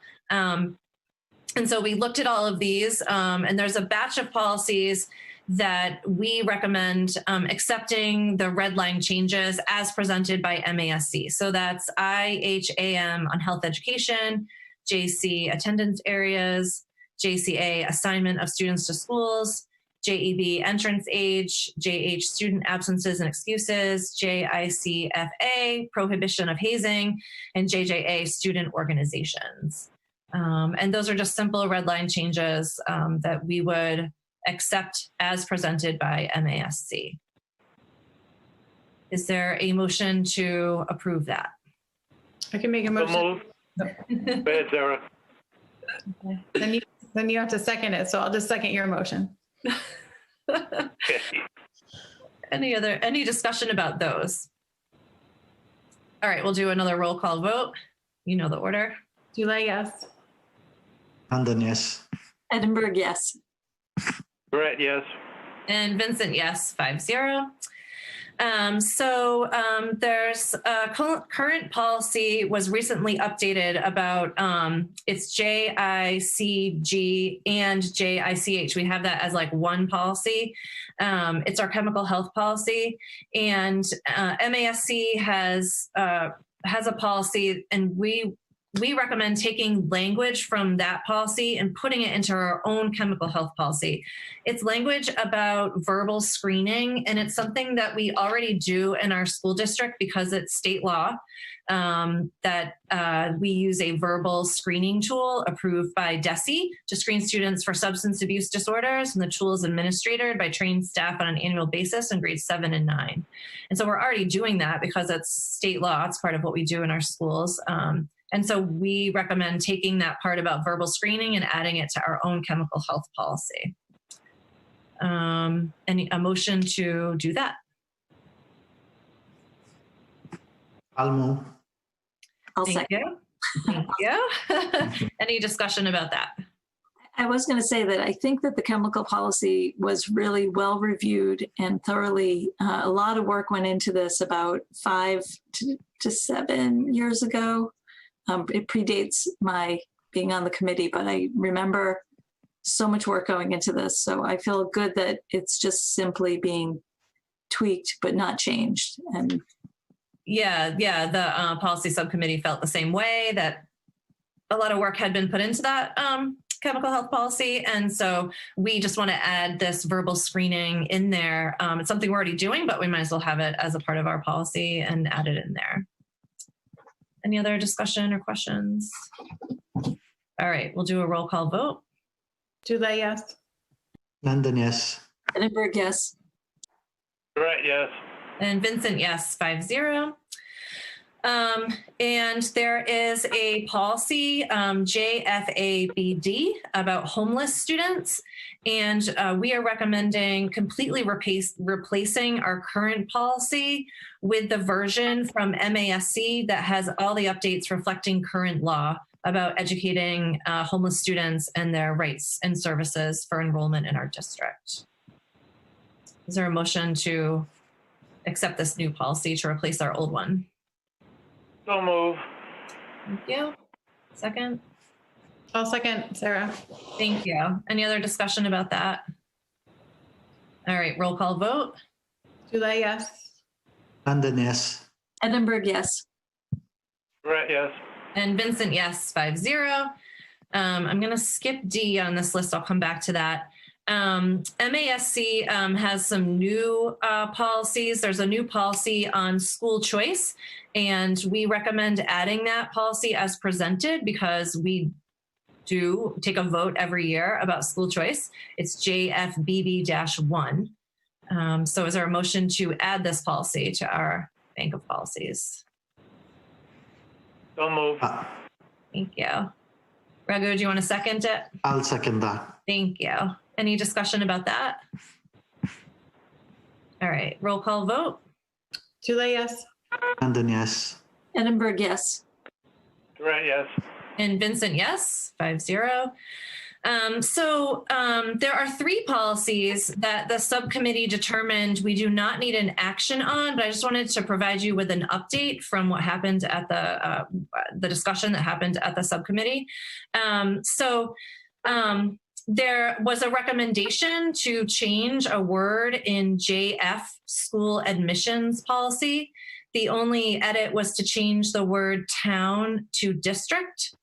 But as a subcommittee, we discussed that and decided that we're a town. We're not like a regional district or anything like that. We still consider ourselves a town. And so we don't feel any change is needed. So we're just going to let that policy sit as it is in our own policies and not accept the MASC recommendation. And then MASC also suggested adding 2 new policies, JFABE, Educational Opportunities for Military Children, JFABF, Educational Opportunities for Children in Foster Care. And again, we discussed this and decided we don't need to add these policies because we already educate children of military families and children in foster care as residents of our town according to the laws. And so we don't feel that we need to bring those policies into our bank of policies right now. And so the last thing I just want to update you on is there's one more policy that we'll have to take action on in a future meeting. It's JIH, searches and interrogations. And MASC proposed some changes. And then as a subcommittee, we also we're thinking about tweaking some of the language of that and decided we wanted to also reach out to legal counsel because this is about searching property on school, like student property on school property. And so it's something we definitely have to get right. So we will circle back to legal counsel and talk about it a little more as a subcommittee and then bring that back at another meeting. So that's all the work that we had to do for our policy review and approval. So thank you so much. I know that's a lot, but I think it was really helpful to meet ahead of time as a subcommittee to kind of do all the legwork on this to make sure we can have time to look that over. And again, thanks to Andrea for keeping us straight with that. Always an ongoing thing, and it feels good to get that updated. Okay, so we are going to move into executive session, but before we do that, I just want to remind everyone that the next meeting of the school committee will be in 2 weeks on Wednesday, December 16th at 6 p.m. That will be our last school committee meeting of the year 2020. So it's hard to believe that we're going to be reaching that milestone in just a few weeks. Is there someone who can make a motion to move into executive session? I can make a motion to move into executive session. To vote to meet in executive session pursuant to Mass General Law, Chapter 30A, Section 21A, Purpose 3, to discuss strategy with respect to collective bargaining, teachers, specifically teachers' contract, and under Mass General Law, Chapter 22G2, Purpose 7, to review and approve the executive session minutes from November 18. I'll second that motion. Thank you. And we'll do a roll call vote. Dulé, yes. London, yes. Edinburgh, yes. Brett, yes. And Vincent, yes, 5-0. So we will move into executive session. Thank you.